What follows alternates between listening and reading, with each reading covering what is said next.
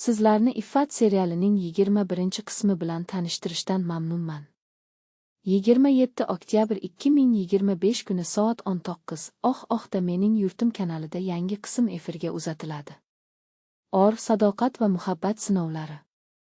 Kamron va Shirinning taqdiri kutilmagan zarbalar, og'ir sinovlar va mashaqqatli yo'l orqali sinovdan o'tadi. Haqiqiy muhabbat qanchalik kuchli va ularga qanday qiyinchiliklar qarshi turadi, bularning barchasini yangi qismda ko'rish mumkin. Bu serial har bir sahnasi bilan tomoshabinni o'ziga jalb qiladi. Aktyorlarning tabiiy o'yini va hissiyotlarni yetkazishdagi mahorati tomoshabinga haqiqiy kechinmalarni his qilish imkonini beradi.